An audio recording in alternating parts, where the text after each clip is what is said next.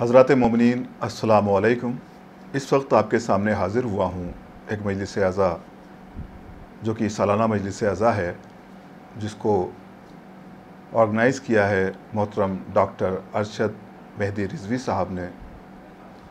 ہر برس یہ مجلس ان کے مکان گومتی نگر پر منعقد ہوتی تھی، لیکن اس پینڈیمک کے حالات کے پیش نظر یہ مجلس آج آن لائن گراف ایجنسی پر منعقد کی جا رہی ہے۔ مجلس کو خطاب فرمائیں گے حجت الاسلام علی جناب مولانا سید کلب جواد نقوی صاحب قبلہ امام جمعہ لکھنؤ۔ مجلس سے قبل تلاوت کلام ربانی کے فرائض انجام دیں گے محترم قاری ندیم نجفی صاحب، اور سوسخوانی کے فرائض انجام دیں گے محترم محمد رضا صاحب۔ بعد ختم مجلس اپنی پردرد آواز میں نوحہ کے فرائض انجام دیں گے محترم شہباز علی کربلائی صاحب۔ آئیے حضرات، باقاعدہ طور پر ہم مجلس کا آغاز کرتے ہیں تلاوت کلام پاک سے، اور گزارش کرتے ہیں قاری محترم جناب قاری ندیم نجفی صاحب سے کہ تشریف لائیں اور تلاوت کلام پاک سے مجلس کا آغاز فرمائیں۔ اللہم صل علی محمد و آل محمد۔ اعوذ باللہ من الشیطان اللعین الرجیم۔ بسم اللہ الرحمن الرحیم۔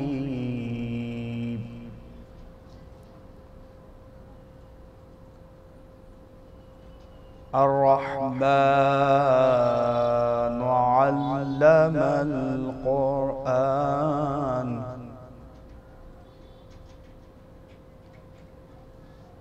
خلق الإنسان علمه البيان۔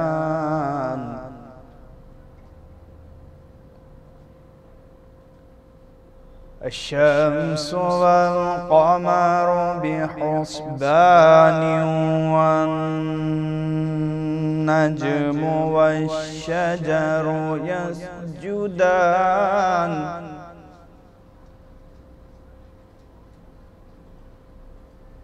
والسماء رفعها ووضع الميزان ألا تطغوا في الميزان،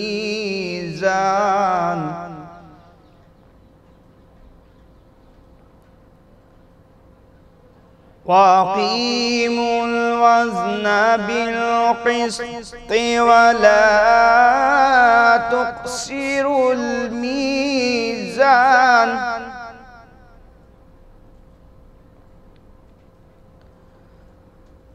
والأرض وضعها للأنام فيها فاكهة والنخل ذات الأكمام،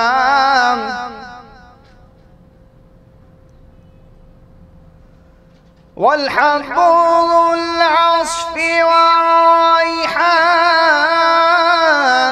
فبأي آلاء ربكما تكذبان؟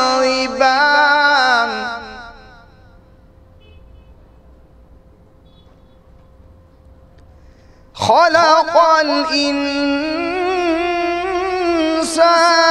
من صلصال كالفخار، وخلق الجان من مارج، وخلق الجان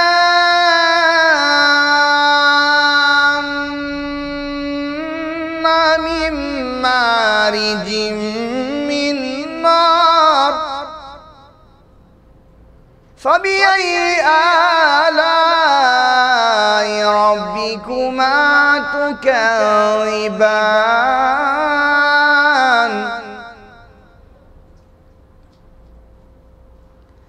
رب المشرقين ورب المغربين،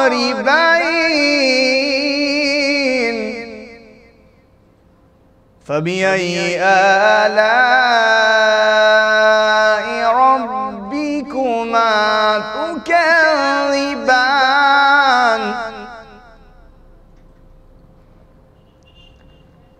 مرج البحرين يلتقيان بينهما برزخ لا يبغيان فبأي آلاء ربكما تكذبان يخرج منهما اللؤلؤ والمرجان فبأي آلاء ربكما تكذبان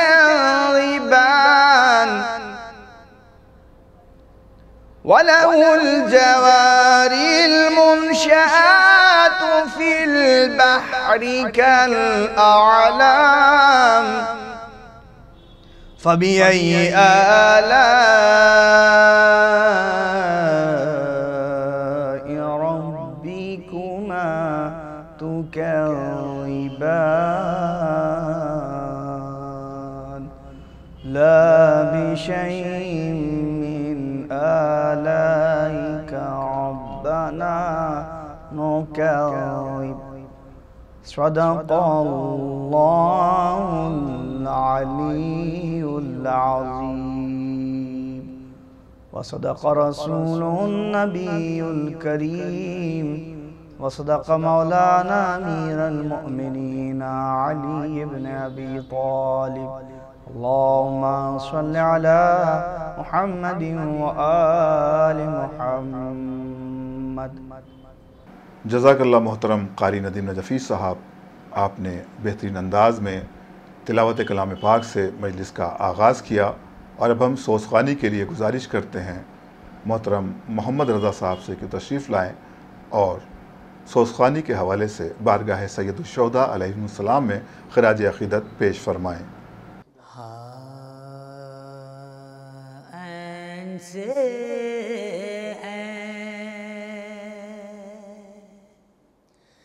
عبادت کا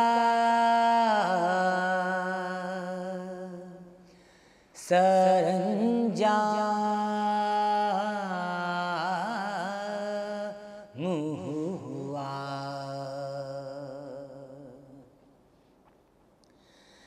عین سے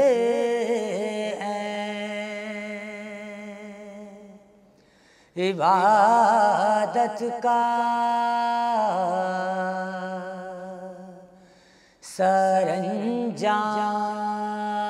سرانجام ہوا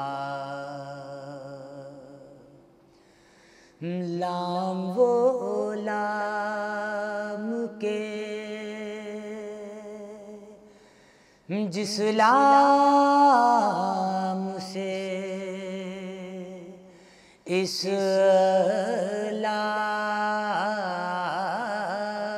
اسلام ہوا لام وہ لام کے جس لام سے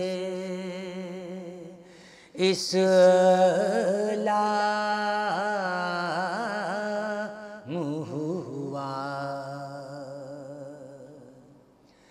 یہ سیاور ہوا رے مشکل میں ہر ایک بندے کی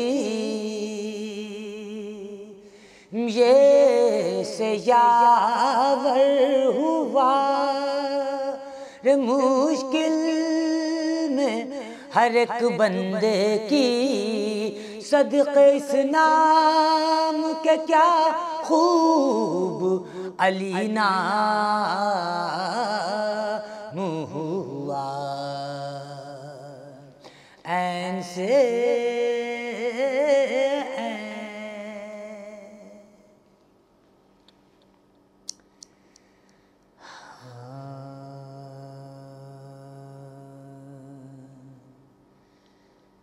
حیدر کی فضیلت کا بیان ہے اب تک، حیدر کی فضیلت کا بیان ہے اب تک،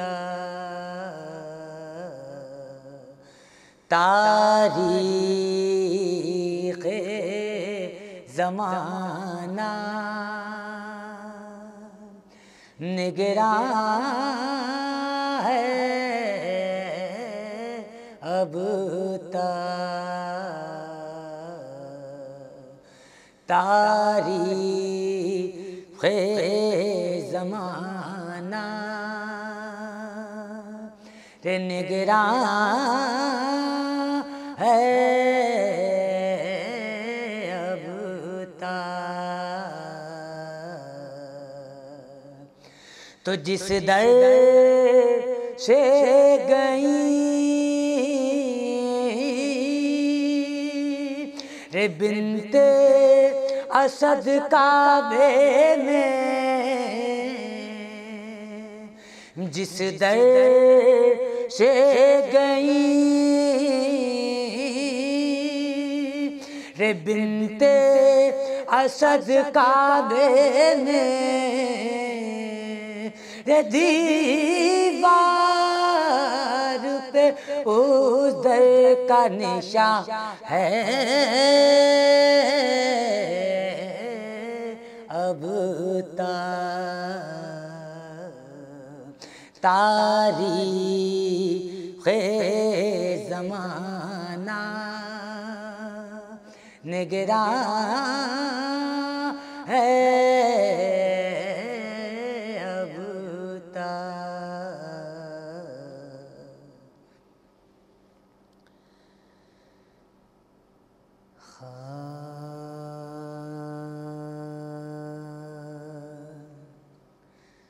جب لٹ کے کربلا سے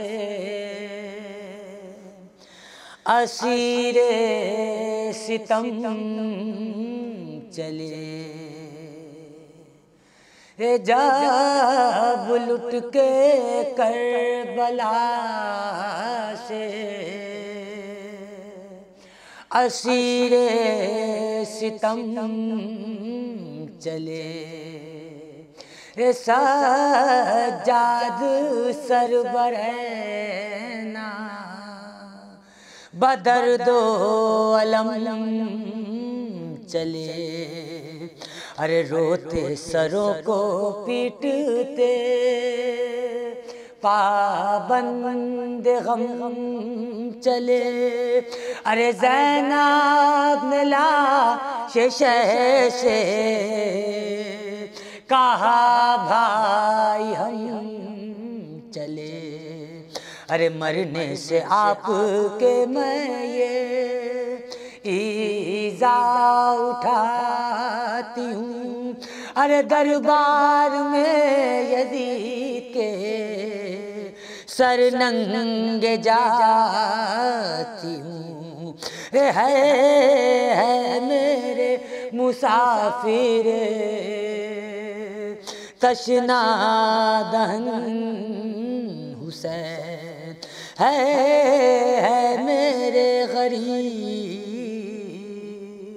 میرے میں لقا حسین، ہے تجھے نہ پانی کا قطرہ ملا حسین، ہے تمام تن تیرا ٹکڑے ہوا حسین، پیاسے گلے پا خنجر بیداد چل گیا، ہے تڑپ تڑپ کر تیرا دم نکل گیا، ہے تڑپ تڑپ کر تیرا دم نکل گیا۔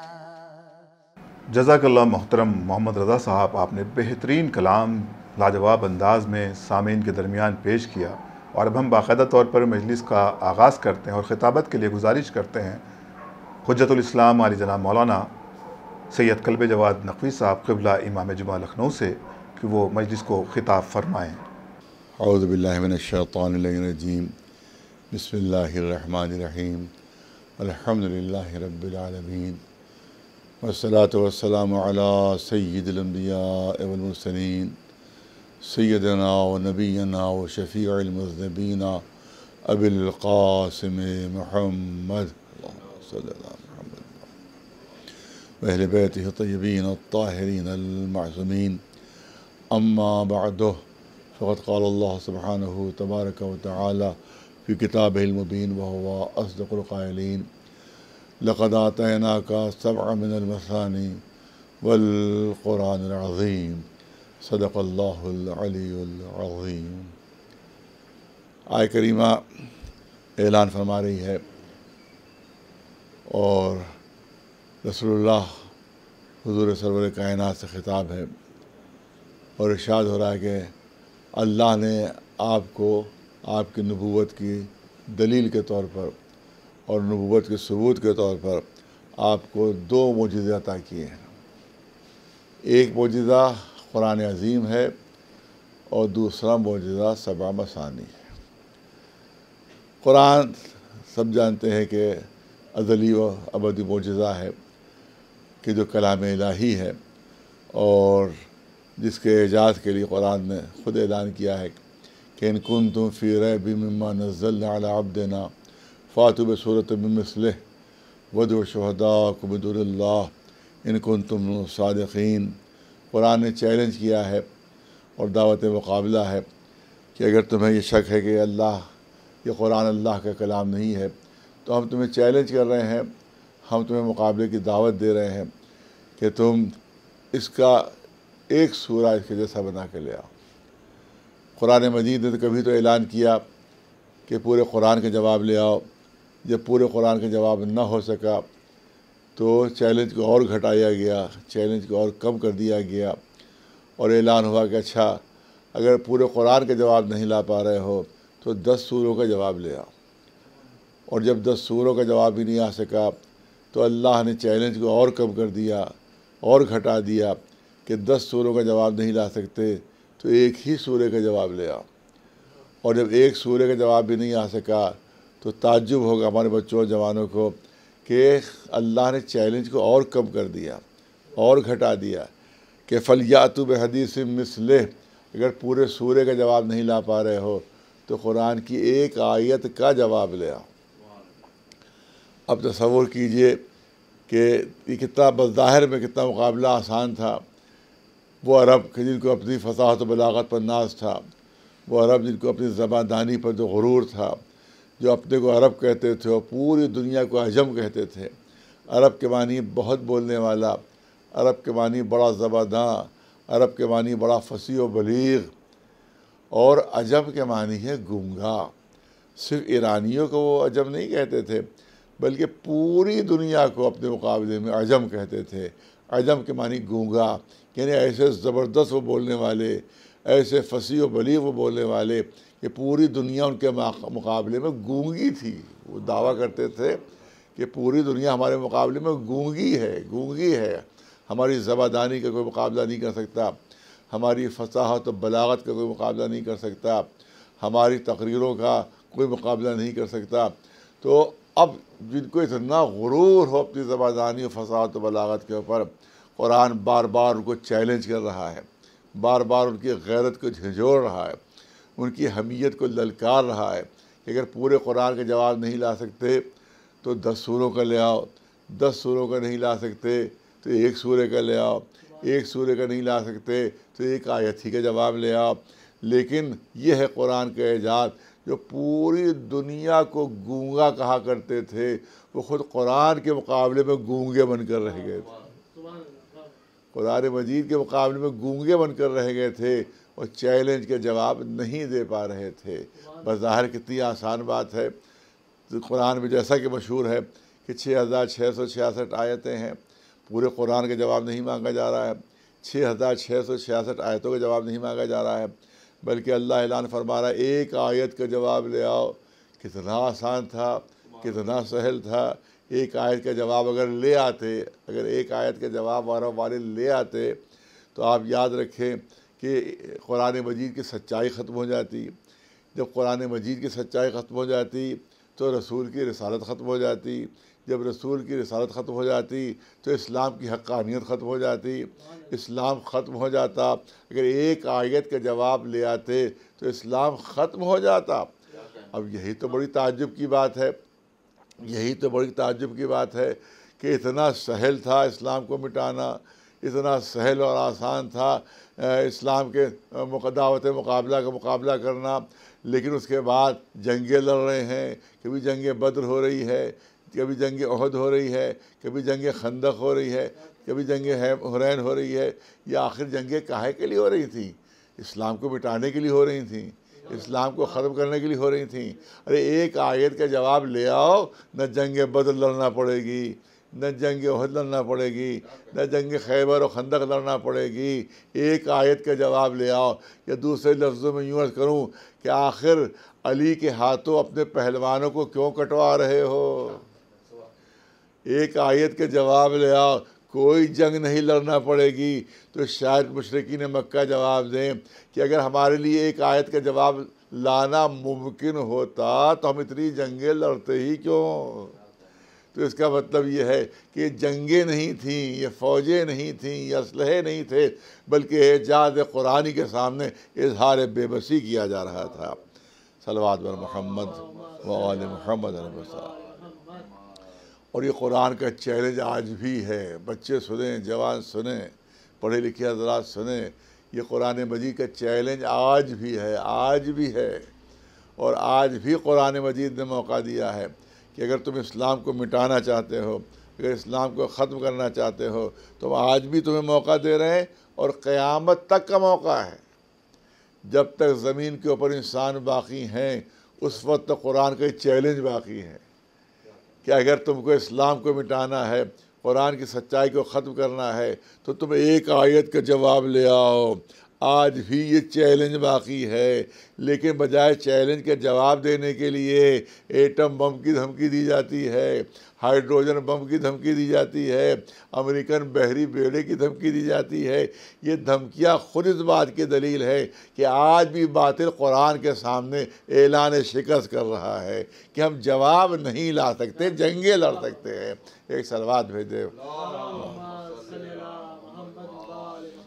تو یہ عظمت ہے، یہ مرتبہ ہے قرآن مجید کا کہ آج بھی قرآن جو ہے وہ چیلنج بنا ہوا ہے۔ اور میں نے عرض کیا کہ جب کوئی جواب نہیں ہو سکا، کوئی جواب نہیں ہو سکا، ظاہر ہے کہ ان کے پوری بنیاد ختم ہوئی جا رہی تھی، ان کی جو آمدنیاں تھیں وہ ختم ہوئی جا رہی تھیں، ان کا دین و مذہب جو دھرم تھا وہ سب ختم ہوا جا رہا تھا۔ تو کوئی کہے کہ کیا انہوں نے کوشش ہی نہیں کی؟ ارے کوشش کی ہوتی، سوال یہ ہے تو کہیں تو کوئی ثبوت ملتا، کہیں تو کوئی آیت ان کی طرف سے ہوتی کہ ہم یہ جواب میں لے کر آئے ہیں۔ اسی لیے بہت دلچسپ ایک واقعہ ہے جو پیش کرنا چاہتا ہوں کہ جیسے یہاں میلے ویلے لگتے ہیں، اور اسی طرح سے عرب میں ایک سالانہ میلہ لگا کرتا تھا جس کا عکاس کہتے تھے۔ اور آج بھی جو حضرات مکہ معظمہ جاتے ہیں حج کے لیے تو آج بھی ایک بازار عکاس کے نام سے موجود ہے۔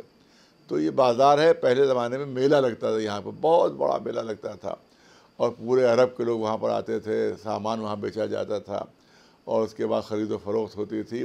اسی کے ساتھ ساتھ وہاں مقابلے ہوتے تھے، تلوار بازی کا مقابلہ ہوتا تھا، پہلوانی کا مقابلہ ہوتا تھا، تیر اندازی کا مقابلہ ہوتا تھا، اور اسی کے ساتھ ساتھ شعر و شاعری کا مقابلہ بھی ہوتا تھا۔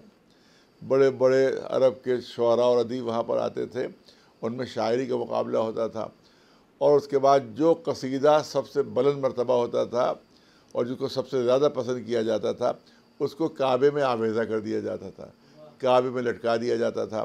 جس پر رسول اللہ صلی اللہ علیہ وسلم نے اپنے بعثت کا اعلان کیا ہے اور اعلان رسالت کیا ہے، حضور سرور کائنات محمد مصطفیٰ صلی اللہ علیہ وآلہ وسلم نے جب رسالت کا اعلان کیا ہے تو تاریخ میں ہے کہ 7 قصیدے وہاں کے اوپر آویزہ تھے قرآن مجید میں۔ قرآن مجید کے مقابلے پر 7 وہاں پر وہ آویزہ تھے۔ اور اس کے بعد اب یہاں کے اوپر بڑے بڑے شاعر جب جمع ہوئے تو ان سے تمام عرب کے جتنے سردار تھے انہوں نے کہا کہ بھئی دیکھو ہمارا مذہب ختم ہوا جا رہا ہے، ہمارا دین ختم ہوا جا رہا ہے، اور ایک شخص آیا ہے کہ جس نے رسالت کا دعویٰ کیا ہے اور ایک کلام پیش کر رہا ہے وہ جس کو وہ قرآن کہتا ہے، اور کہتا ہے کہ اس کا جواب نہیں ہو سکتا۔ تم اتنے بڑے ادیب ہو، اتنے بڑے شاعر ہو، لہذا تم کو ہم قرآن مجید دیتے ہیں، یہ لے جاؤ، اور 1 سال بعد جب دوبارہ یہاں کے اوپر یہ میلہ لگے تو تم اس کا جواب لے آنا، کیونکہ تم سے بڑا کوئی شاعر اس وقت نہیں ہے عرب میں، تم سے بڑے کوئی ادیب کوئی عرب میں نہیں ہے، لہذا تم اس کا جواب لا سکتے ہو۔ اچھا، پورا 1 سال گزر گیا۔ دوسرے سال پھر تمام شاعر تمام ادیب سب جمع ہوئے۔ سرداران مکہ نے ان سے پوچھا کہ بھئی تم سے تمہارے کام جو سپرد کیا گیا تھا تم نے انجام دیا؟ تم سے کہا گیا تھا قرآن کے جواب لے کر آئے، اور تمام شاعر و ادیب سر جھکائے بیٹھے ہوئے، سب سر جھکائے بیٹھے ہوئے۔ عرب کے سردار پوچھ رہے ارے بھائی جواب لے کر آئے؟ وہ سب سر جھکائے بیٹھے ہوئے۔ انہوں نے کہا ارے بھائی کچھ تو جواب دو۔ تو انہوں نے کہا کہ تم نے پورے قرآن کا جواب مانگا تھا، ہم سب پورے سال محنت کر کے تھک گئے، ایک آیت کا جواب نہ ہو سکا۔ صلوات بر محمد وآل محمد علیہ وسلم۔ اچھا پھر اب کیا کیا جائے؟ اب سردار مکہ نے کہا کہ دیکھو انسان کی ایک فطرت ہوتی ہے اور انسان کی ایک نفسیات یہ ہوتی ہے کہ 4-5 سال پہلے جو بات وہ کہتا بھول جاتا ہے اس کو۔ 5 سال پہلے بات کچھ کہی، آج کچھ کہتا ہے، 5 سال بعد وہ کچھ اور کہہ رہا ہوگا، تو اس کی باتوں میں تضاد پیدا ہو جاتا ہے، اس کی باتوں میں کنٹراڈکشن پیدا ہو جاتا ہے۔ یہ انسان کی کمزوری ہے۔ لہذا اب یہ دیکھو قرآن مجید میں اگر کہیں کنٹراڈکشن ہو، کہیں تضاد ہو، اس کو لاؤ۔ اگر اس میں تضاد پایا گیا تو اس کا مطلب یہ اللہ کا کلام نہیں ہے، خود انہی نے اپنی طرف سے بنا دیا ہے، ایک عام انسان ہے یہ۔ پھر وہ لوگ جاتے ہیں کہ اگلے سال آنا تو اس پہ یہ ڈھونڈ کے لے کر آنا۔ اگلے سال 2-1 سال پورا گزرتا ہے، پھر وہ تمام شاعر و ادیب جمع ہو جاتے ہیں۔ پھر سردار مکہ ان سے سوال کرتے ہیں کہ بھئی تم لائے جو تمہیں بات تم سے کہی گئی تھی؟ اب وہ لوگ پھر سر جھکائے بیٹھے ہیں، پھر کوئی جواب نہیں دے رہا ہے، پھر کوئی جواب نہیں دے رہا ہے۔ جھنجلا کے سرداروں نے کہا ارے بھائی کچھ تو کہو۔ تو انہوں نے سر اٹھا کر کہا کہ اگر نہ ملے تو کیا اپنی طرف سے اضافہ کر دیں، کیا اپنی طرف سے جوڑ دیں؟ ہم نے تو سال بھر کوشش کر لی، قرآن میں کوئی کنٹراڈکشن ملا ہی نہیں، کوئی تضاد ملا ہی نہیں۔ صلوات بر محمد وآل محمد صاحب۔ اب تفصیل پوری نہیں عرض کرنا ہے، 3-4 سال اسی طرح سے گزر گئے، 3-4 سال اسی طرح گزر گئے، اور ہر مرتبہ وہ آ کر کہتے تھے ہم تو ناکام ہو گئے، ہم تو ناکام ہو گئے، ہم تو ناکام ہو گئے۔ آخر میں جب 4 سال گزر گئے اسی طرح سے، تو اب تاریخ کہتی ہے کہ سرداران مکہ نے جب یہ شاعر و ادیب پھر جمع ہوئے دوبارہ، تو سرداران مکہ نے تلواریں نکالی اور ان بیچارے شاعروں ادیبوں کو گردن پر رکھ کر کہا کہ اب ہمیں نہیں معلوم ہے کہ تمہیں کیا لانا ہے، ہم نہیں بتا سکتے کہ تمہیں کیا لانا ہے، مگر اگلے سال آنا تو کچھ لے کر آنا، قرآن کے خلاف کچھ لے کر آنا، ورنہ ہماری تلواریں ہوگی اور تمہاری گردنیں ہوگی۔ اب بیچارے شاعر و ادیب کیا کرتے ہو، پورا سال گزر گیا، پھر دوبارہ وہ جو ہے وہ میلہ لگا، اور اس کے بعد تمام شاعر و ادیب سب جمع ہوئے۔ اب سرداران مکہ نے پوچھا کچھ لے کر آئے؟ سب نے خوشی خوشی کہا کہ ہاں لے آئے، ہاں لے آئے، ہاں لے آئے۔ کہا اچھا لے آئے؟ کیا لے کر آئے؟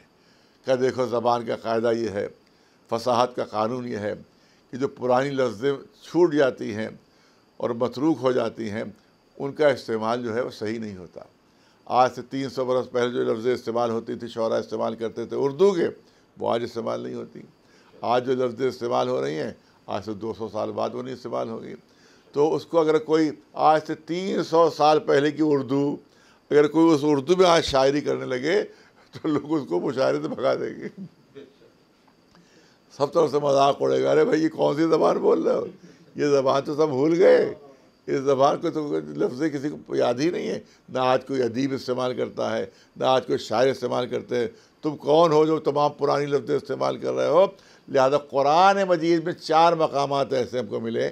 انہی نے کہا، وہ عرب کے جو شاعر و ادیب تھے، انہوں نے کہا کہ قرآن مجید میں 4 مقامات ہم کو ایسے ملے ہیں کہ جہاں فصاحت کے قانون کو توڑ دیا قرآن نے، اور وہ لفظیں استعمال کی ہیں قرآن نے کہ جو پہلے زمانے میں استعمال ہوتی تھی، لیکن آج کا کوئی شاعر و ادیب ان کو استعمال نہیں کرتا ہے. قرآن نے استعمال کی ہیں، لہذا اب یہ فصاحت کا معجزہ نہیں رہا. کیونکہ معذلہ تو اپنی طرف سے کہہ رہا ہوں میں کہ معذلہ اس میں غلطیاں موجود ہیں، زبان و بیان کی غلطیاں موجود ہیں اس میں. کہا بھئی کیا ہے؟ کہا دیکھو پہلے لفظ حضوا استعمال ہوتی تھی آج سے 300-400 سال پہلے، اب نہیں استعمال ہوتی مگر قرآن نے استعمال کیا. اسی طرح لفظ کبار پہلے کبھی استعمال ہوتی تھی لیکن آج کے شاعر و ادیب استعمال نہیں کرتے مگر قرآن نے استعمال کیا ہے. اسی طرح سے لفظ عجاب پہلے کبھی استعمال ہوتا تھا لیکن اب استعمال نہیں ہوتا ہے مگر قرآن میں استعمال کیا گیا ہے. اسی طرح سے لفظ شے پر الف لام پہلے داخل ہوا کرتا تھا، اب داخل نہیں کیا جاتا لیکن قرآن نے استعمال کیا ہے. لہذا 4 مقامات ایسے ہیں کہ جہاں پر فصاحت و بلاغت کی معاذ اللہ غلطی ہے. اب سرداران مکہ بھی بہت خوش ہوئے، کہا چلو چلتے ہیں مسلمانوں کے رسول کے گھر پر. پوری بھیڑ پہنچی، دروازہ کھٹکھٹایا، رسول اللہ باہر نکلے، دیکھا پوری بھیڑ موجود ہے، تمام سرداران مکہ ہیں، تمام شاعر و ادیب ہیں جو سامنے کھڑے ہوئے ہیں. کہا بھئی کیا بات ہے، کیوں آئے ہو تم لوگ؟ اب انہوں نے کہا کہ ہم قرآن مجید میں 4 مقامات پر غلطیاں نکال کے لائے. 4 مقامات پر غلطیاں نکال کے لائے. اب رسول کو پوچھنا چاہیے تو بھئی غلطیاں کیا ہیں مجھے بتاؤ. تو رسول نے نہیں پوچھا کہ کیا غلطیاں لے کر آؤ. کہا غلطیاں بعد میں بتانا. بہت توجہ رہے، غلطیاں بعد میں بتانا. یہ بتاؤ کہ اس وقت عرب میں سب سے بڑا شاعر و ادیب تم کس کو سمجھتے ہو؟ سب سے بڑا شاعر، سب سے بڑا ادیب تمہارے نگاہوں میں کون ہے؟ تو ان میں آپس میں انہوں نے مشورہ کیا اور آخر میں کہا کہ لبید نام کا ایک شاعر ہے کہ جو 100 سال کی اس کی عمر ہو چکی ہے، اور وہ پہلے آیا کرتا تھا، ان مقابلوں میں حصہ لیا کرتا تھا، اور لیکن اب بڑھاپے کی وجہ سے آتا نہیں ہے. وہ گھر کے اندر رہتا ہے اور گھر کے اندر لوگ اس کو اپنا کلام بھیج دیتے ہیں اور وہ اس پہ اصلاح کر کے واپس کروا دیتا ہے. اب صرف استادی کا کام کر رہا ہے، اصلاح کا کام کر رہا ہے وہ، اور وہ مقابلوں وغیرہ میں شرکت نہیں کرتا. لیکن اس وقت اس سے بڑا شاعر و ادیب کوئی نہیں ہے، اس سے بڑا ہے. تو رسول نے فرمایا غلطی بعد میں بتانا، پہلے اس کو لے آؤ. نہیں پوچھا کیا غلطیاں نکالی تو تھے، کہ پہلے اس کو لے آؤ، پہلے اس کو لے آؤ جس کو تم شاعر و ادیب خود کہہ رہے ہو، خود کہہ رہے ہو کہ سب سے بڑا شاعر و ادیب ہے، لہٰذا تم اس کو لے کر آؤ. اب تمام سرداران مکہ لبید کے پاس پہنچے. اب ظاہر ہے کتنا بوڑھا 100 برس کا آدمی اسے انکار کیا، ارے بھائی مجھ سے چلا تو جاتا نہیں ہے، میں کیسے جاؤں گا، میں کس طرح جاؤں گا. انہوں نے خوشامد کی، ارے دین خطرے میں ہے، ہمارا مذہب خطرے میں ہے. سب لوگ نوجوان جو ہیں وہ بہہ کے چلے جا رہے ہیں اور قرآن کے مقابلے میں متاثر ہوئے جا رہے ہیں وہ، لہٰذا تم کو تو چلنا ضروری ہے. تو اب بڑی خوشامد کے بعد اس کو تیار کیا. اب پتہ نہیں اس کو چلا تو جاتا نہیں تھا، پتہ نہیں اس کو ڈولی پہ لے کر آئے، پتہ نہیں فینس پہ لے کر آئے یا کندھوں پر لاد کے لے کر آئے، باجی طرح سے بھی لائے ہوں. وہاں رسول اللہ کے دربار میں پہنچ گئے، بارگاہ میں پہنچ گئے. رسول اللہ نے سب کی تعظیم کی جیسا کہ ان کا اخلاق تھا. لیکن جب یہ بوڑھا آیا تو رسول اللہ نے منہ پھیر لیا. اچھا آج بھی آپ دیکھیں کہ عرب کا بھی قاعدہ یہی ہے اور ایران میں بھی قاعدہ یہی ہے کہ اگر کوئی مہمان آتا ہے تو اس کے استقبال کے لیے میزبان اٹھتا ہے. تو اگر وہ مہمان بیٹھ بھی گیا ہو تو وہ میزبان کے ساتھ ساتھ پھر اٹھے گا خود بھی وہ، اور جب وہ میزبان بیٹھے گا تو وہ مہمان بھی ساتھ ساتھ بیٹھے گا. یہ آج بھی طریقہ ہے. آپ جب ایران جائیں گے، عراق جائیں گے تو آج بھی مہمانداری کا یہی طریقہ ہے. اب اس نے سوچا، دیکھ رہا تھا کہ بھائی اتنا بڑا شاعر، اتنا بڑا ادیب، بڑے بڑے سردار میری خوشامد کر کے لائے ہیں، تو اب میری بڑی عزت افزائی یہاں پر ہوگی. لیکن وہاں یہاں کے اسلام میں کہا جائے نو لفٹ، کوئی لفٹ نہیں دے رہے رسول اللہ، اور نہ بیٹھنے کو کہہ رہے اس کو. تو اب اس نے سوچا میں خود ہی بیٹھوں، اب تو آ ہی گیا تھا، کرتا کیا، خود ہی بیٹھوں میں. تو اب ظاہر کہ 100 برس کے بوڑھے کو بیٹھنے میں بھی دیر لگتی ہے، اٹھنے میں بھی دیر لگتی ہے. اب جو بیٹھنے لگا، ابھی پوری طرح سے بیٹھ نہیں پایا تھا کہ رسول اس کی تعظیم کے لیے اٹھ گئے. اب اسے بھی اٹھنا تھا، وہاں کا جو طریقہ تھا اس کے لحاظ سے اس کو اٹھنا تھا. اسے پھر اٹھنا چاہا، ابھی پوری طرح اٹھ نہیں پایا تھا کہ رسول پھر بیٹھ گئے. اب اسے پھر بیٹھنا تھا، اب بیٹھ نہیں پایا تھا، رسول پھر اٹھ گئے. 4-5 مرتبہ جب اس بڈھے کو اٹھا بیٹھی کرا لی رسول نے تو اس کو غصہ آ گیا. جھنجلا گیا اور کچھ جملے بولے اس نے. اس جھنجلاہٹ غصے میں توجہ رہ جو کرنا چاہتا ہوں کہ کیا اعتراض لائے تھے کہ حذوا کی لفظ استعمال نہیں ہوتی ہے لیکن قرآن میں استعمال ہوئی ہے.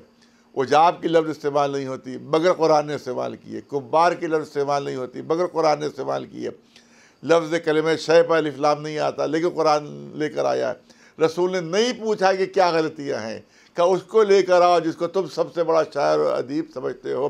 رسول اللہ نے اس کے ساتھ عجیب انداز اختیار کیا کہ وہ غصے میں آ گیا، جھنجلا گیا اور جھنجلا کر اس نے جملے بولے اتتخذنی حضوا، اے محمد کیا تم میرا مذاق اڑا رہے ہو؟ انی شیخ کبار، میں تم سے سن میں بہت بڑا ہوں. انا ھذا منکا لشیء عجاب، اور تم جیسی شخصیت کے لیے یہ بڑی عجیب و غریب شے ہے. وہ تمام لفظیں بولی کہ جس پہ اعتراض لے کر آئے تھے. یعنی رسول اللہ نے بغیر پوچھے جواب دے دیا کہ اگر یہ لفظیں استعمال نہ ہو رہی ہوتی تو جس کو سب سے بڑا ادیب و شاعر لے کر آئے ہو تم وہ استعمال کیوں کر رہا ہوتا. تو بغیر پوچھے جواب ہو گیا. لہذا یہاں پہ جملہ کرنا چاہتا ہوں، نتیجہ یہ نکلا کہ اگر قرآن مجید معجزہ ہے تو محافظ قرآن کو بھی معجزہ ہی ہونا چاہیے. صلوات بھیج دیں پر محمد و آل محمد. یہ خصوصیت قرآن مجید کی کہ جس کی وجہ سے آج بھی معجزہ ہے اور قیامت تک قرآن مجید معجزہ رہے گا. ظاہر ہے کہ بہت تفصیلی گفتگو کی گنجائش نہیں ہے. اب میں چاہتا ہوں کہ دوسرا جز پیش کر دیا جائے اور اپنی بات کو مکمل کیا جائے. تو آیت کیا ہے جو میں نے آپ کی خدمت میں عرض کی ہے کہ اعلان لقد آتیناک سبع من المثانی والقرآن العظیم. اے رسول ہم نے آپ کو 2 معجزے دیے ہیں، ایک تو سبع مثانی ہے اور ایک قرآن عظیم ہے. قرآن عظیم کے بارے میں تو چند جملے آپ کے سامنے میں نے عرض کر دیے. اب سوال یہ ہوتا ہے سبع مثانی کیا ہے؟ سبع مثانی، سبع کے معنی 7 اور مثانی معنی دہرایا ہوا. ایسے 7 جو دہرائے ہوئے، ایسے 7 جو دہرائے ہوئے. اب مفسرین نے کہا کہ اس سے مراد سورہ الحمد ہے، کیونکہ سورہ الحمد میں جو ہے وہ 7 آیتیں ہیں اور 2 مرتبہ نازل ہوا ہے. ایک مرتبہ مکے میں نازل ہوا ہے، ایک مرتبہ مدینے میں نازل ہوا ہے. لہذا سبع مثانی سورہ الحمد ہے کیونکہ اس میں 7 آیتیں ہیں اور 2 مرتبہ نازل ہوا، لہذا سبع مثانی سورہ الحمد ہے. کچھ نے کہا دوسری دلیل یہ ہے کہ ہر نماز میں 2 مرتبہ پڑھنا واجب ہوتا ہے. اس کا پہلی رکعت میں واجب، دوسری رکعت میں واجب، کیونکہ ہم نماز میں دہراتے ہیں. لہذا یہ سبع مثانی جو سورہ الحمد ہے. پہلی بات تو میں یہ عرض کروں گا کہ عام مسلمانوں سے میری گفتگوؤں سے خطاب ہے کہ آپ کہتے ہیں کہ سورہ الحمد میں 7 آیتیں ہیں، سورہ الحمد میں 7 آیتیں ہیں، تو سورہ الحمد میں 7 کہاں ہیں؟ سورہ الحمد میں 7 کہاں ہیں؟ یاد رکھیے 7 آیتیں سورہ الحمد میں اس وقت ہو سکتی ہیں کہ جب بسم اللہ کو جزء سورہ مانا جائے. بغیر بسم اللہ کے تو 6 آیتیں ہیں. جب بھی مولوی نماز میں سورہ الحمد پڑھتا ہے بسم اللہ غائب، بسم اللہ غائب. یہ میں شیعہ مسلک کی بات نہیں کر رہا ہوں، دوسرے مسلک والوں کی بات کر رہا ہوں کہ ہمیشہ بغیر بسم اللہ کے سورہ الحمد، بغیر بسم اللہ کے سورہ الحمد. اگر 7 آیتیں ہیں اور سبع مثانی سورہ الحمد ہے تو پھر بغیر بسم اللہ کے سورہ الحمد پڑھنا صحیح نہیں ہے. بغیر بسم اللہ آپ خود ہی کہہ رہے ہیں کہ 7 آیتیں ہیں اور پڑھنے 6 بسم اللہ کو ہٹا کر. اور جانتے ہی بسم اللہ کب ہٹی ہے کہ جب امیر شام نماز پڑھا رہے تھے اور اس کے بعد وہ بسم اللہ پڑھنا بھول گئے، سورہ الحمد بغیر بسم اللہ کے پڑھ دیا. اس کے بعد سے مسلمانوں نے بھی بسم اللہ ہٹا دی. تو اس کا مطلب یہ ہے کہ یہ بسم اللہ ہٹی ہے، یہ امیر شام کی بھول کی یاد بنائی جا رہی ہے. یہ ان کی بھول کی یاد بنائی جا رہی ہے. اصحاب نے پوچھا، صحابی اس کے بعد صحابہ رسول زندہ تھے، اس وقت موجود تھے، انہوں نے پوچھا کہ یہ آپ بھول گئے یا بسم اللہ کھا گئے؟ تو ان کے پاس کوئی جواب نہیں تھا. لیکن آج بھی مسلمان اسی سیرت پر عمل کر رہے ہیں کہ بسم اللہ جو ہے اس کو سورہ الحمد بغیر بسم اللہ کے وہ پڑھا کرتے ہیں. تو میں تو سمجھتا ہوں کہ وہ بھولے نہیں تھے، جان بوجھ کر انہوں نے بسم اللہ چھوڑی تھی، کیونکہ بسم اللہ جب وہ پڑھتے ہوں گے تو بائے بسم اللہ بھی یاد آتی ہوگی، اور جب بائے بسم اللہ یاد آتی ہوگی تو انن نقطہ تحت الباء بھی یاد آتا ہوگا۔ تو انہوں نے سوچا بسم اللہ ہی غائب کر دی جائے، جب بسم اللہ نہیں پڑھی جائے گی نہ کسی کو بائے بسم اللہ یاد آئے گا، اور نہ کہیں نقطہ تحت باء یاد آئے گا، اور نہ مولا کائنات کی شخصیت یاد آئے گی۔ ایک صلوات بھیجے بنا۔ یہ تو لیکن جو میں دلیل دینا چاہتا ہوں اور آخر کلام میں عرض کرنا چاہتا ہوں کہ آپ دیکھیں کہ مجھے اتنا بتایا جائے کہ سورہ الحمد قرآن مجید کا جز ہے یا نہیں ہے، سورہ الحمد قرآن مجید کا پارٹ ہے یا نہیں ہے، قرآن میں شامل ہے یا نہیں ہے، کیا قرآن سے کوئی الگ چیز ہے سورہ الحمد؟ نہیں، 114 جو سورہ بتایا ہے قرآن میں، 114 میں ایک سورہ الحمد بھی ہے۔ اس کا مطلب شامل قرآن ہے، داخل قرآن ہے، جز قرآن ہے۔ تو جب سورہ الحمد جز قرآن ہے تو جب اللہ نے کہہ دیا کہ ہم نے آپ کو پورا قرآن بطور معجزہ دیا تو اس پہ سورہ الحمد تو شامل ہے۔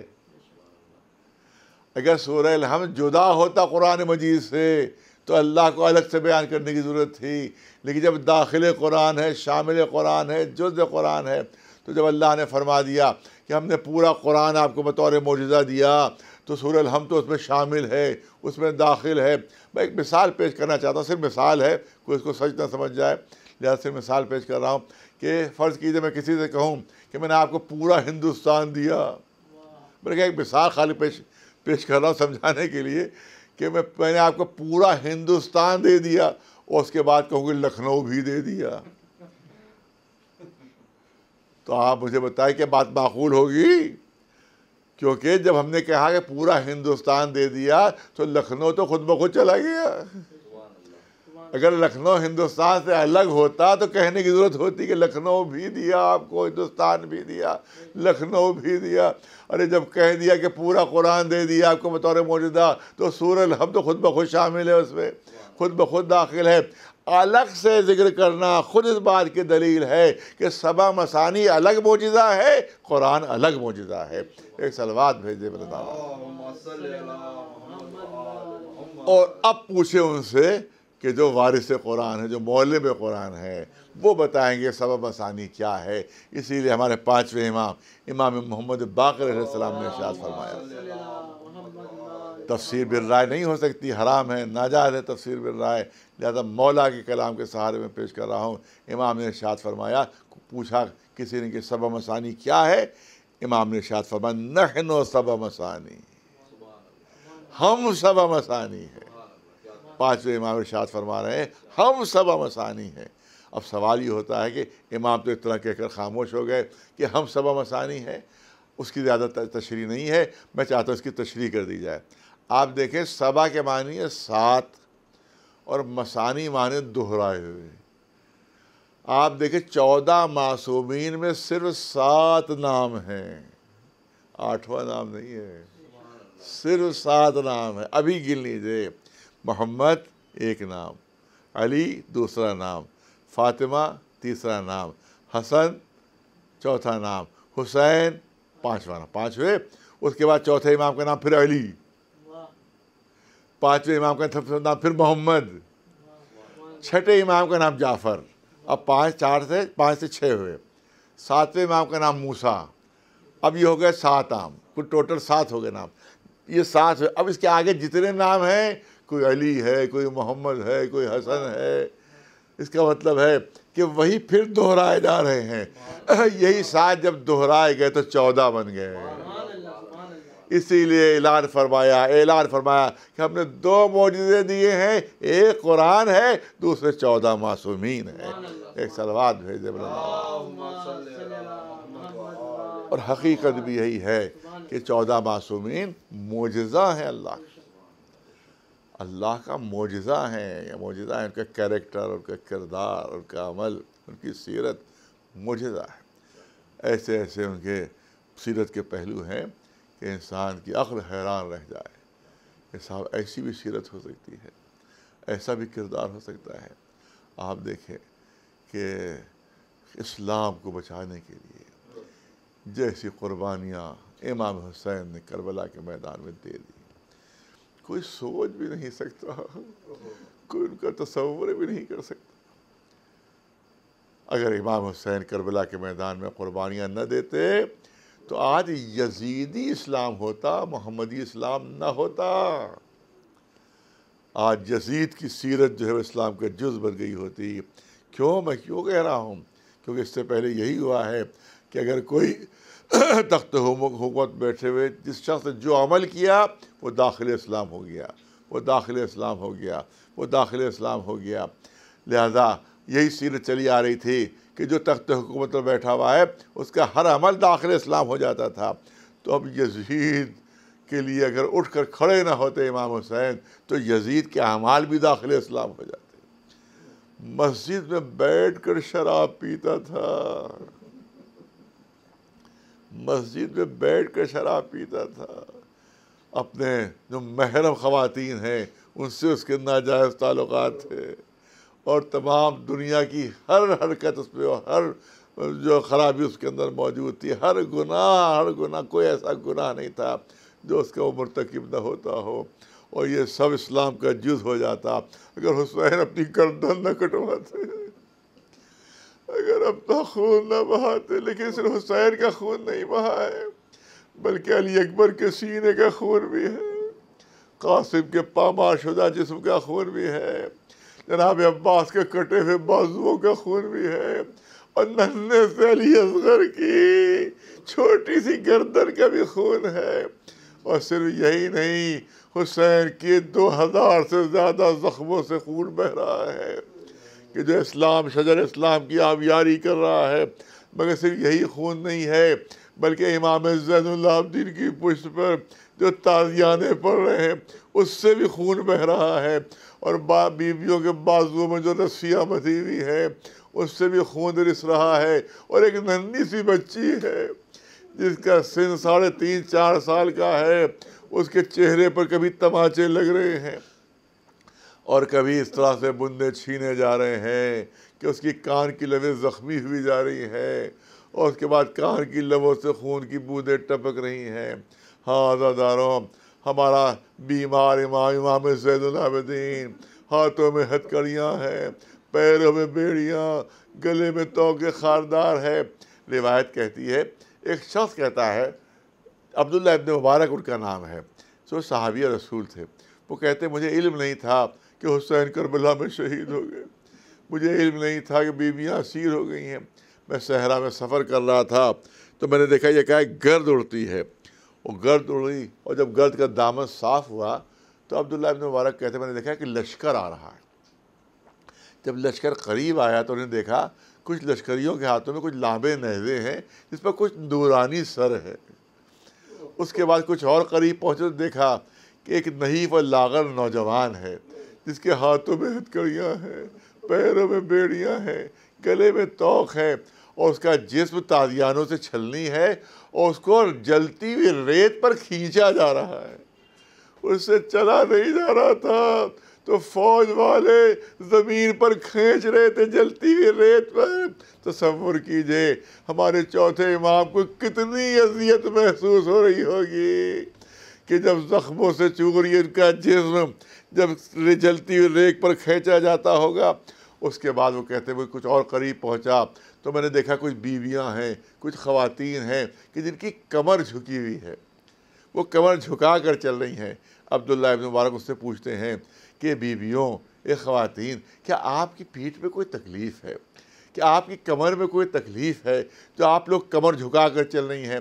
تو ان بیویوں نے جواب دیا، شے ہماری پشت پر تازیانوں کے زخم ہیں، تازیانوں کے گھاؤ ہیں، مگر ہم اس زخم کی وجہ سے، اس تکلیف کی وجہ سے کمر نہیں جھکائے ہوئے ہیں۔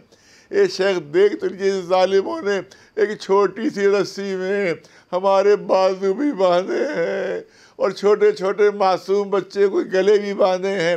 جب ہم کھڑے قد سے چلنے لگتے ہیں تو ننھے بچوں کے گلے گھٹنے لگتے ہیں۔ مجبوراً پورے راستے ہمیں کمر جھکا کر چلنا پڑ رہا ہے کہ معصوم بچوں کے گلے نہ گھٹ جائے۔ ہاں عزاداروں، ہم سے کہا جاتا ہے کب تک رو گے، کب تک ماتم کرو گے، کب تک آنسو بہاؤ گے؟ عزاداروں ظلم ایسے ہیں کہ اگر قیامت تک بھی آنسوؤں کے دریا بھی بہا دیے جائیں تب بھی کم ہیں۔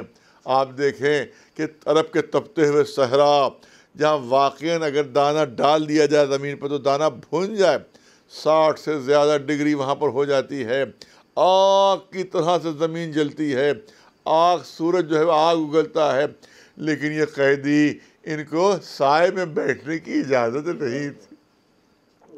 روایت کہتی ہے کہ شمر نے حکم دیا کہ قافلہ روکا جائے، خیمے نصب کر دیے گئے، خیموں کے اندر تمام جتنے سپاہی تھے سب آرام کرنے لگے، مگر قیدیوں کو اجازت نہیں تھی کہ سائے میں بیٹھے۔ عزاداروں میں پوچھنا چاہتا ہوں کہ اگر مئی جون کی دھوپ میں کوئی لوہے کی بنی ہوئی چیز اگر آپ دھوپ میں رکھ دیں تو 1 گھنٹہ 2 گھنٹے بعد اگر آپ اس کو چھونا چاہیں گے تو آپ چھو نہیں پائیں گے، اتنا وہ لوہے کی بنی ہوئی چیز گرم ہو جائے گی، اتنا جلنے لگے گی۔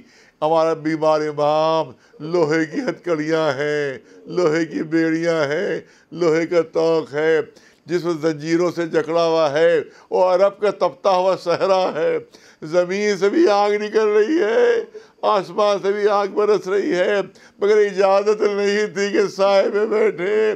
روایت کہتی ہے کہ جب زنجیریں آگ کی طرح سے جلنے لگیں تو بیمار امام زنجیریں سنبھال کر اٹھے اور ایک خیمے کی دیوار سے لگ کر بیٹھ گئے، ایک خیمے کی دیوار سے لگ کر بیٹھ گئے۔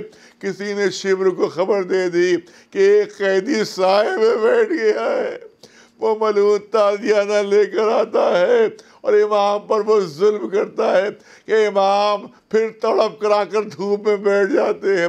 جناب زینب نے منظر دیکھا، قریب آئیں، آواز دی، اے رقیہ قریب آ جاؤ، اے ام لیلہ قریب آ جاؤ، اے رباب آپ بھی آ جائیے، اے ننھی سکینہ تم بھی آ جاؤ۔ میں دیکھ رہی ہوں کہ اگر یہ بیمار تھوڑی دیر دھوپ میں رہا تو زندہ نہیں رہے گا۔ ہم چاروں طرف اس کے حلقہ کی لیتے ہیں اور اس کے اوپر جھک جاتے ہیں تاکہ دھوپ ہم پر رہے، اس بیمار پر نہ رہے۔ عزاداروں میں جس ختم کر دیتا مگر آدھے منٹ کی اجازت چاہتا ہوں۔ عزاداروں ارے کتنا ہی بڑا مجرم کیوں نہ ہو، لیکن جب قید خانے میں ڈالا جاتا ہے تو ہاتھوں سے ہتھکڑیاں کھل جاتی ہیں، بیڑیاں اتر جاتی ہیں، زنجیریں کھل جاتی ہیں، لیکن یہ ایسے قیدی تھے کہ سال بھر تک قید خانہ شام میں رہے، نہ ہاتھوں سے ہتھکڑیاں کھلی، نہ پیروں سے بیڑیاں، نہ گلے سے توقے خاردار۔ کوئی کہے تمہارے پاس کیا ثبوت موجود ہے؟ تو ہمارے پاس تاریخی دلیل موجود ہے کہ اگر شروع ہی میں امام کے گلے سے توق ہٹ گیا ہوتا تو سال بھر قید خانے میں رہے تھے، سال بھر میں گلے کا زخم مندمل ہو جاتا، گلے کا زخم اچھا ہو جاتا۔ لیکن جب امام مدینے کے قریب پہنچے ہیں اور ادھر سے محمد حنفیہ بڑھے، ادھر سے ہمارا امام، جیسے ہی چچا نے بھتیجے کو گلے لگانا چاہا، ہمارا بیمار امام تڑپ کر پیچھے ہٹا، اے چچا گردن پر ہاتھ نہ رکھیے، زخم ابھی تازہ ہے، معلوم پورا سال گزر گیا تھا، نہ ہاتھوں سے ہتھکڑیاں اتری تھی، نہ پیروں سے بیڑیاں، نہ گلے سے توقے خاردار۔ سَيَعْلَمُ الَّذِينَ ظَلَمُوا أَيَّ مُنقَلَبٍ يَنقَلِبُونَ أَلَا لَعْنَةُ اللَّهِ عَلَى الْقَوْمِ الظَّالِمِينَ۔ جزاک اللہ قبلہ، آپ نے بہترین بیان سامعین کے درمیان پیش کیا۔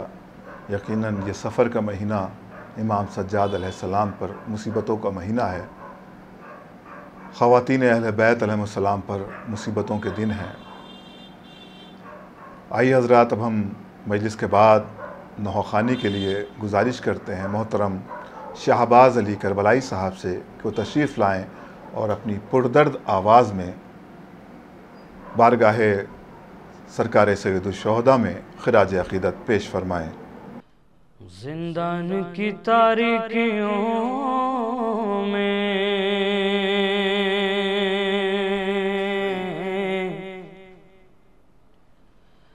اپنے سینے سے لگائے ہوئے شبیر کا سر،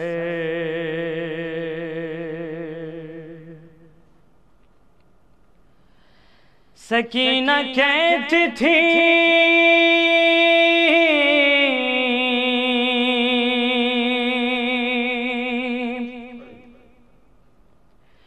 بابا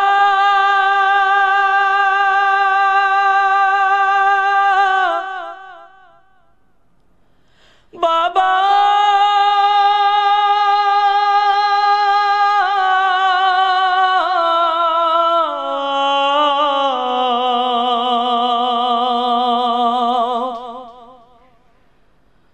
سنو میرا سفر،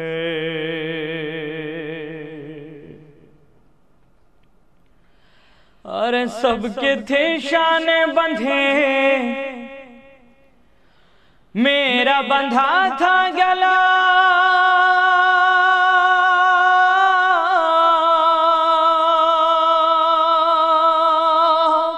سب کے تھے شانے بندھے، میرا بندھا تھا گلا، میں پنجوں پہ چلتی رہی بابا، میں پنجوں پہ چلتی رہی بابا، میں پنجوں پہ چلتی رہی بابا، میں پنجوں پہ چلتی رہی بابا، میں پنجوں پہ چلتی رہی بابا۔ آپ سے کیسے کہوں کیسے کٹا وہ سفر، آل پیمبر چلی روتے ہوئے ننگے سر، آپ چلے نیزے پر کانٹوں پہ بھائی چلا، آپ چلے نیزے پر کانٹوں پہ بھائی چلا، میں پنجوں پہ چلتی رہی بابا،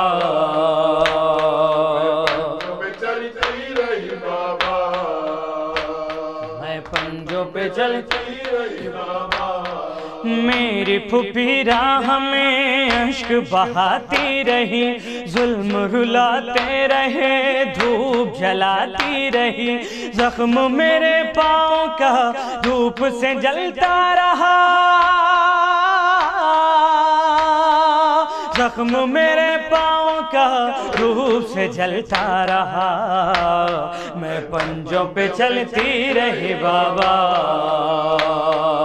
پنجوں پہ چلتی رہی بابا، میں پنجوں پہ چلتی رہی بابا۔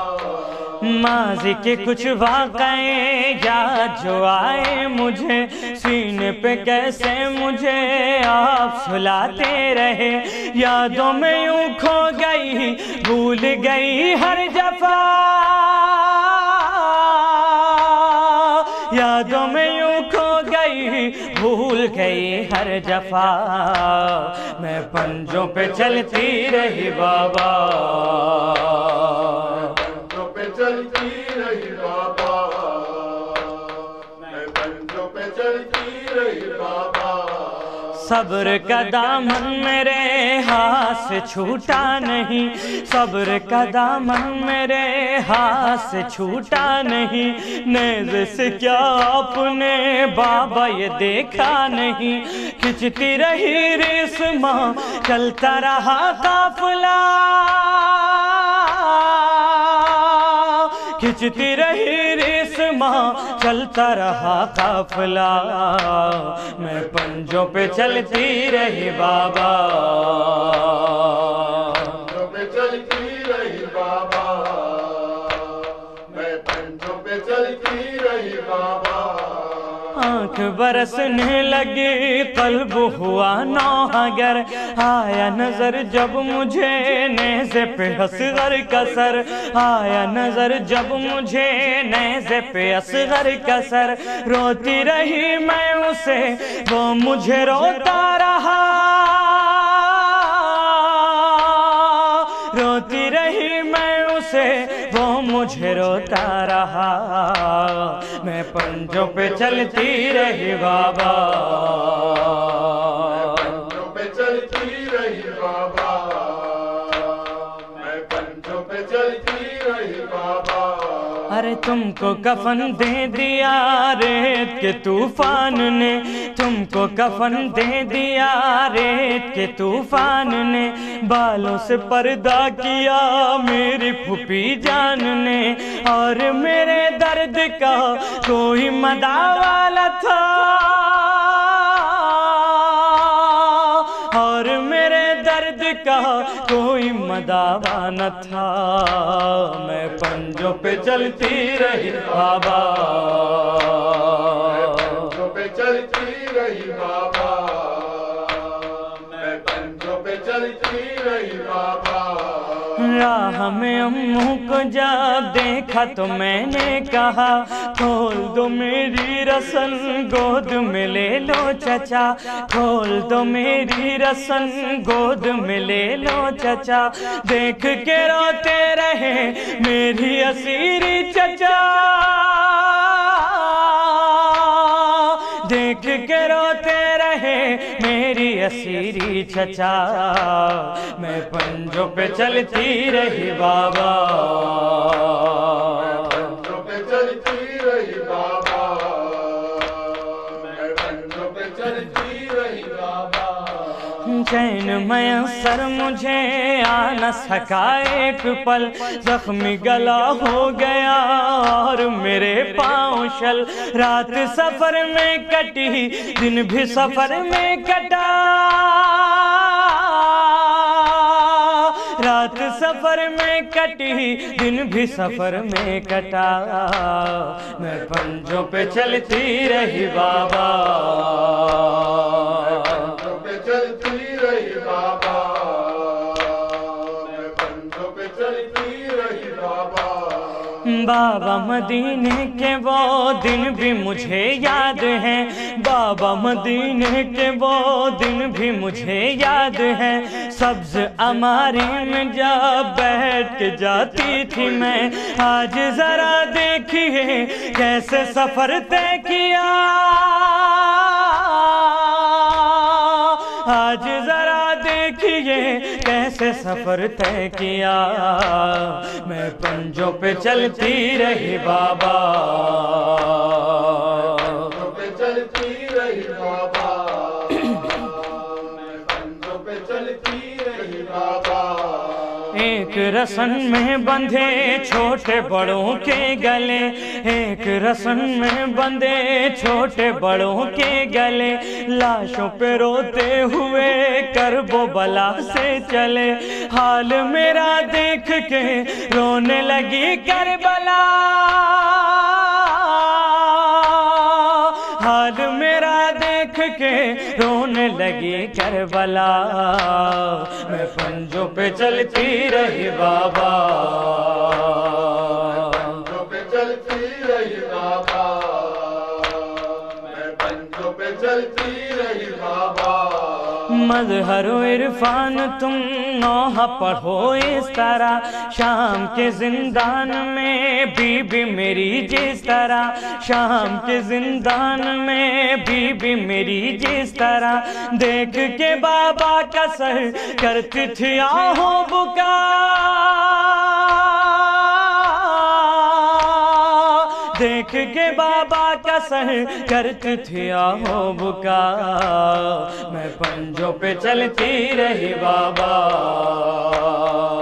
پنجوں پہ چلتی رہی بابا۔ سب کے تھی شانے بندھے میرا بندھا تھا گلا،